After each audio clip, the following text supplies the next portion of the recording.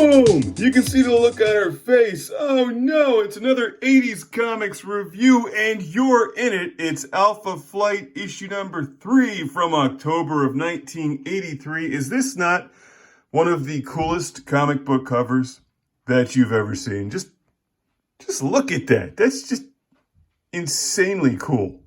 It says everything, yet nothing at the exact same time. High contrast, black and white art. It's Aurora from Alpha Flight, screaming in terror as she's attacked by a bunch of, I don't know, what are those things? Fun noodles?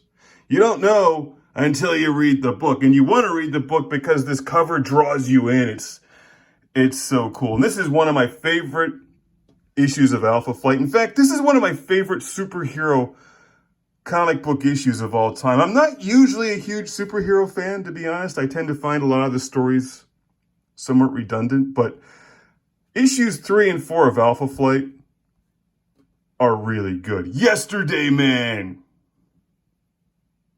There's our girl that transforms into a bird, and a bear, and a whale in later issues.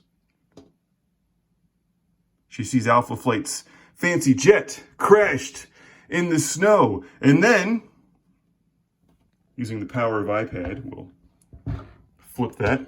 I'm reviewing this on Marvel Unlimited, by the way. I'm kicking myself because I almost bought a paper copy of this a couple months ago, and I passed on it to buy a bunch of Warlords, figuring I'd go back and just buy it again later. And now that we're all stuck in quarantine, I can't get back to buy it. So here it is. We'll just enjoy it on iPad, which I really can't complain about the iPad. It's pretty good. It looks nice. Snowbird discovers that her Alpha Flight teammates enter that thing. Haven't you people seen The Thing? Don't go in there. Haven't you watched Alien? What's wrong with you? Great superheroes, not that bright. I love this page. Look at the detail on that. Sasquatch, tearing it up. Guardian, doing his best Space Ghost impression. He just reminds me of Space Ghost. This is my favorite part. We get the twins, North Star, Aurora, lost inside this alien spaceship. Love that particular shot. It's really cool. Great hallway art. And then the walls attack them.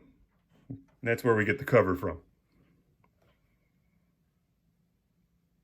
Very cool scene. They don't know what's going on. They're just being attacked by this spaceship. The walls keep moving.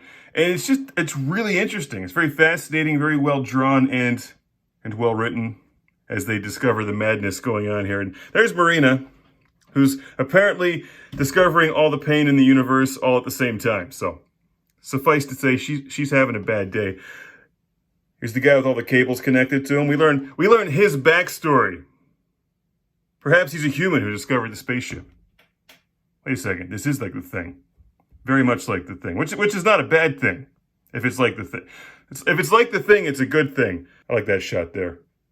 The spaceship like disassembles them piece by piece. Tears them apart to discover what makes them work. He's the master. Could have come up with a more creative bad guy name, though. And enter, stage left, Namor and Invisible Girl. The Invisible Girl, sorry. The Invisible Girl. It's a short issue, but so incredibly cool, especially when you combine it with issue 4. It really comes together. It's just this great moment in early 80s Alpha Flight history.